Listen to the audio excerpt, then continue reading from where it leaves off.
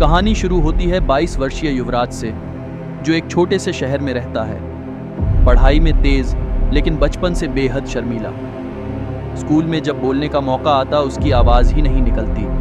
College में जब लोग मंच पर भाषण दे रहे होते, वो सबसे पीछे बैठा खामोश रहता। अंदर से वह बहुत कुछ कहना चाहता था, लेकिन एक अदृश्य जंजीर उसे जकड़े रखती थी। उसकी माँ हमेशा कहती थी, बोल बेटा, तू क्यों इतना सहमा सहमा रहता है। लेकिन युवराज के मन में एक रहस्य था, एक ऐसा राज जो उसने किसी को नहीं बताया था। जब वह 12 साल का था, कुछ ऐसा हुआ था जिसने उसका आत्मविश्वास तोड़ दिया था। एक दिन उसके कॉलेज की एक ट्रिप में, जब सब छात्र पहाड़ों की चढ़ाई कर रहे थे, युवराज को एक पुराना सीलबंद बक्सा मिलता है, जंग लगा लकड़ी का, और उस पर एक अजीब सा चिन्ह खुदा हुआ था। बॉक्स के अंदर कुछ नहीं था, सिवाय एक फटी हुई तस्वीर की। तस्वीर में एक बच्चा था, खामोश, सहमा हुआ, और उसके पीछे खड़े थे कई लोग, सबके चेहरे धुंधले। लेकिन सबसे चौंकाने वाली बात, वो बच्चा खुद युवराज था। ये तस्वीर यहाँ कैसे आई? मैंने तो इसे कभी किसी को नहीं दिखा। उसी रात से युवराज को अजीब अनुभव होने लगा। उसे कभी कभी लगता जैसे कोई उसके पीछे चल रहा है, पर मुड़ने पर कोई नहीं था। कभी कभी उसे एक आवाज़ सुनाई देती, अब वक्त है सामने आने का। वह डर जाता, लेकिन ये डर कोई आम डर नहीं था। ये डर सच का सामना करने का। कॉलेज में एक इंटर क्लास ड्रामा प्रतियोगिता की घोषणा होती है।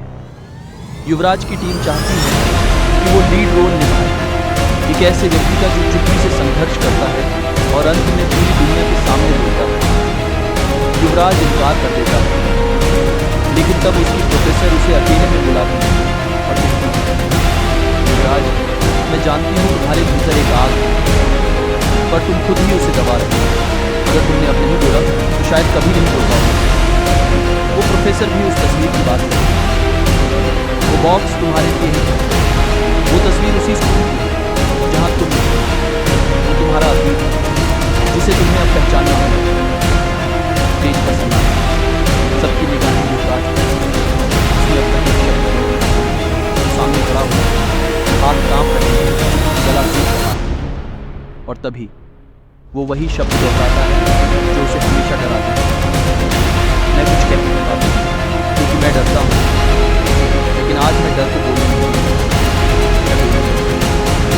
उसका बोलना शुरू होता है और सब पूरी ऑडिटोरियम की तालियां गूंज उठती हैं। पर कहानी यही खत्म नहीं है। ड्रामा के बाद प्रोफेसर उसे एक चिट्ठी नहीं, बल्कि एक ऑडियो टेप देती है।